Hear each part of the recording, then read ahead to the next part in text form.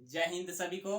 तो चलिए हम आज समझते हैं अक्षांश और देशांतर रेखा किसे कहते हैं, और फिर हम समझते हैं मकर रेखा, कर्क रेखा और विषुवत रेखा किन किन किन देशों से होकर गुजरती है। तो आप लोग इस वीडियो में बने रहें अंत तक, ताकि आप लोग को अच्छे से समझ में आ जाएगा। और हम कॉन्सेप्ट और लास्ट में ट्रिक दे देंगे और समझ में आ जाएगा कि विषुवत रेखा है क्या और कर्क रेखा है क्या और देशांतर क्या है। इसके बारे में आपको हम समझा देंगे घरेलू भाषा में। चलिए हम शुरू करते हैं बिना टाइम वेस्ट किए। तो आइए सभी लोग जुड़ जाइए और एक एक पॉइंट ध्यान से देखिएगा ताकि आप लोग को अच्छे से समझ में आ जाएगा। चलिए शुरू करते हैं। देखिए सबसे पहले समझते हैं अक्षांश, देशांत, उसके बाद कर्क रेखा, विषुवत रेखा, मकर रेखा। तो सबसे पहले हम एक ग्लोब लिए, ध्यान से देखिएगा। हम क्या लिए? एक ग्लोब लिए, यानी ग्लोब लिए यानी पृथ्वी लिए। यानी ये जो आप देख रहे हैं ये पृथ्वी है। क्या है? पृथ्वी। ठीक है, पृथ्वी है। ध्यान से देखिएगा, इसको उतना अच्छा से नहीं दिखाया देता होगा, इसमें डॉट रोटेट कर देते एक बार और। ये पृथ्वी ले लिए, ठीक है। दो लाइन हो रहा है, इसका मतलब ये नहीं समझिएगा कि इसमें दो लाइन है, ठीक है। पृथ्वी ले लिए। अब पृथ्वी ले लिए तो बीच में एक रेखा दे दिए, समझे? देखिए बीच में क्या किए, एक रेखा दिए, ठीक है। तो जो एक लाइन खींचे तो पृथ्वी के दो भागों में ये बांट दिया।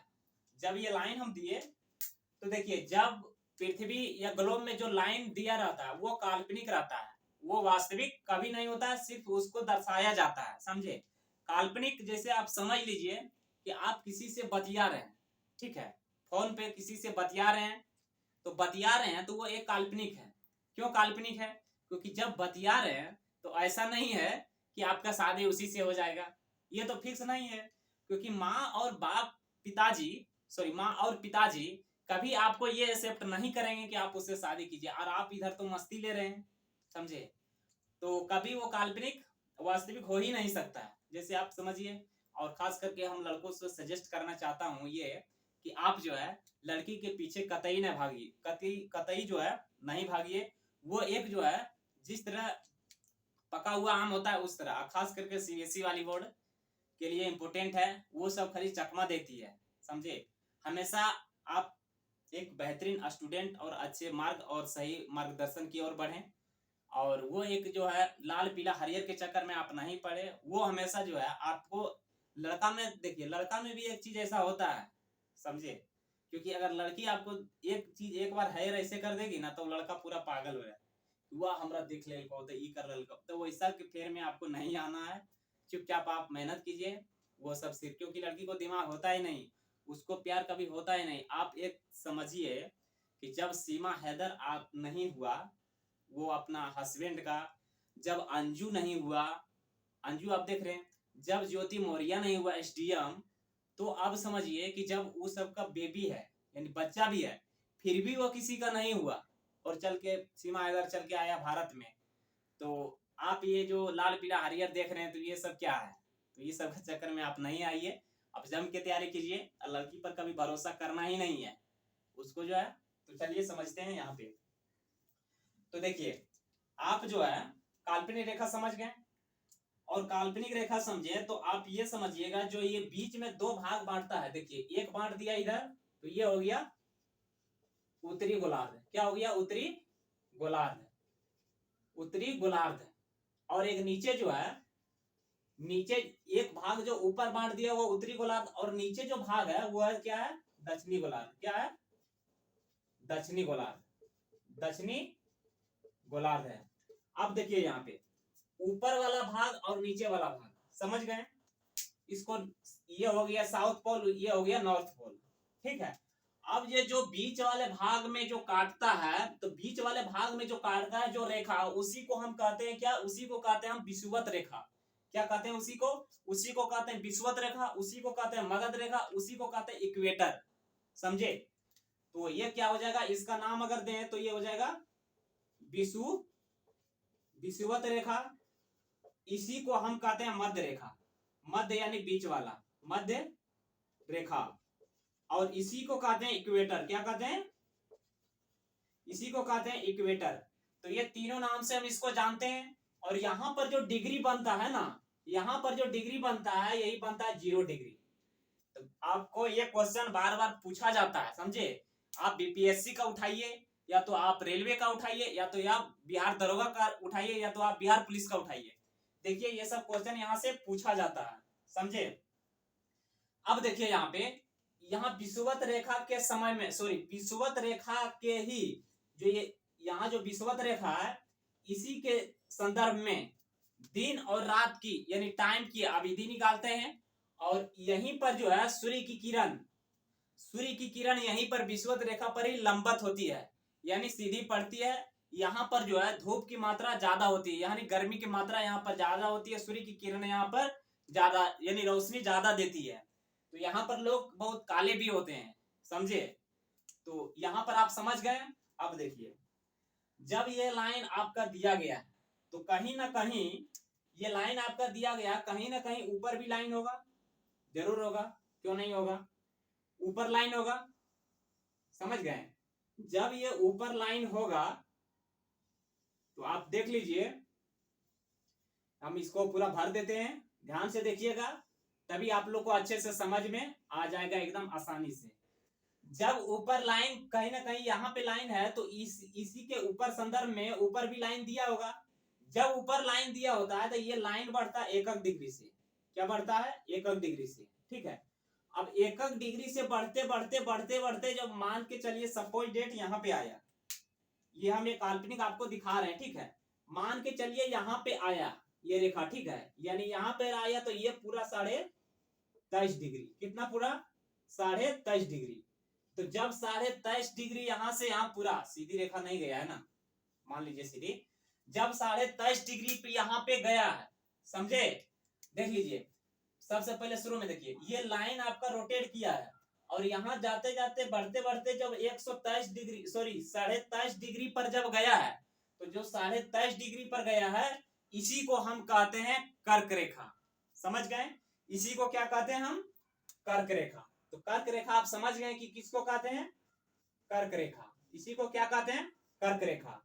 अब देखिए, जब ऊपर रेखा गया है, ध्यान से देखिएगा, तभी आप लोग को अच्छा से समझ में आएगा।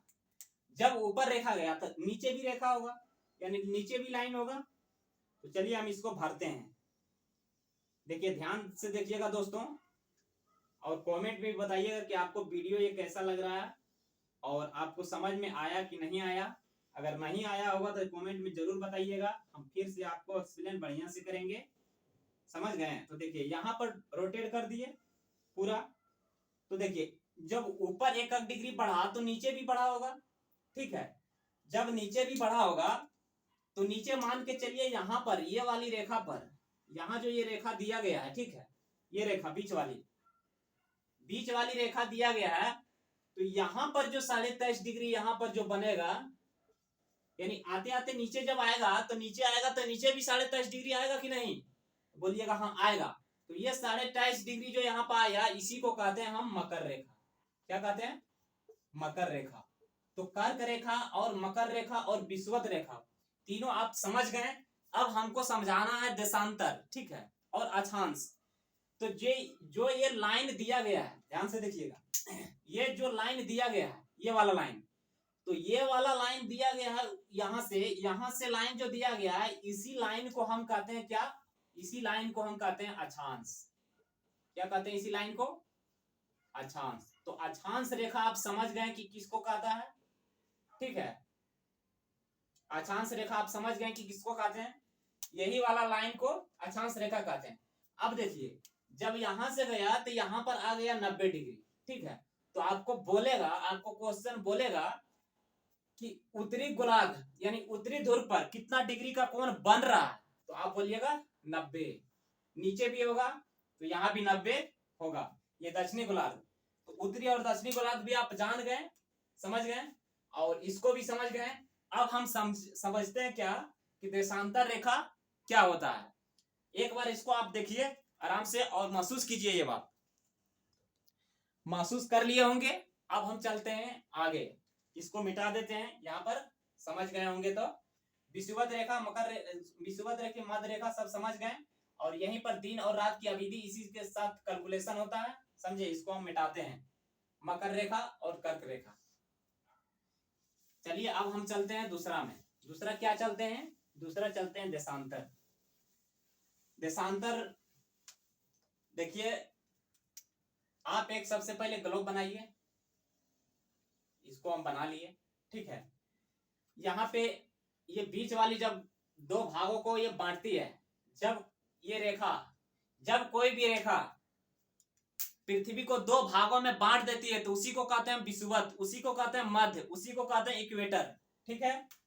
तो ये दो भागों में बांट दिया, ये 0 डिग्री हो जाएगा, ठीक है। इसी को कहते हैं मध्य। अब देखिए, यहां से जब उसमें लाइन गया है तो इसमें कोई ना कोई इसमें भी लाइन हुआ होगा, ठीक है, इसमें भी लाइन हुआ होगा। तो इसको भी आप पहले हम इसको भर देते हैं, ठीक है। लाइन इसको खींच कर हम रोटेट कर देते हैं। आप देखिएगा ध्यान से, तभी आप लोग को अच्छे से समझ में आएगा। ऐसे करके धीरे धीरे हम इसको भर दिए। लाल पीला जैसा हरियर लग रहा है ना, डिजाइनिंग कर रहे हैं, इसका डिजाइनिंग कर दिए, बीच में खाली रह गया, इसको भी डिजाइनिंग कर दिए, कर देते हैं। डिजाइनिंग कर दिया इसको पूरी तरह से, ठीक है। यहाँ पे पूरा भरा हुआ, देखिए इसको डिजाइनिंग कर दिए। अब जो है इसमें कि यहां से मान के चलिए, यहां से एक एक एक एक एक यानी एकक डिग्री यहां से भी बड़ा होगा, ठीक है, और एकक डिग्री यहां से भी बड़ा होगा, ठीक है। तो जो पैरेलल यानी जो सीधी लाइन गया है, यानी ये हो गया, ये लाइन रेखा नहीं बात कर रहे हैं, सीधी खड़ी रेखा की बात कर रहे हैं। जब खड़ी रेखा होगा तो वही खड़ी रेखा को हम कहते हैं क्या? देशांतर। क्या कहते हैं? देशांतर। उसी को कहते हैं देशांतर रेखा, समझ गए। और इसका जो है देशांतर रेखा, इसमें जो है आप यहां पे समझ लीजिए देशांतर रेखा। अब इसमें हम समझते हैं एक चीज और, देखिए इसका अगर नाम आपको बोलेगा तो ये हो जाएगा मध्य रेखा, या हो जाएगा विषुवत रेखा, या हो जाएगा कर्क रेखा, सॉरी विषुवत रेखा, या हो जाएगा इक्वेटर, ठीक है। तीनों नाम समझ गए, देशांतर भी समझ गए। आप लोग का कोई प्रकार का यहाँ दिक्कत नहीं हुआ होगा, अच्छे से समझ गए होंगे। और आप लोग को एक चीज बता देते हैं, अब हम आते हैं कि मकर रेखा कौन सा देश से होकर गुजरता है, कर्क रेखा कौन सा देश से होकर गुजरता है, उसके बारे में हम नेक्स्ट वीडियो में डिस्कस करेंगे। और फिर मिलेंगे आप लोग के साथ पुनः इसी टाइम में। तब तक के लिए सभी को जय हिंद, सब अच्छे और मस्त रहिए।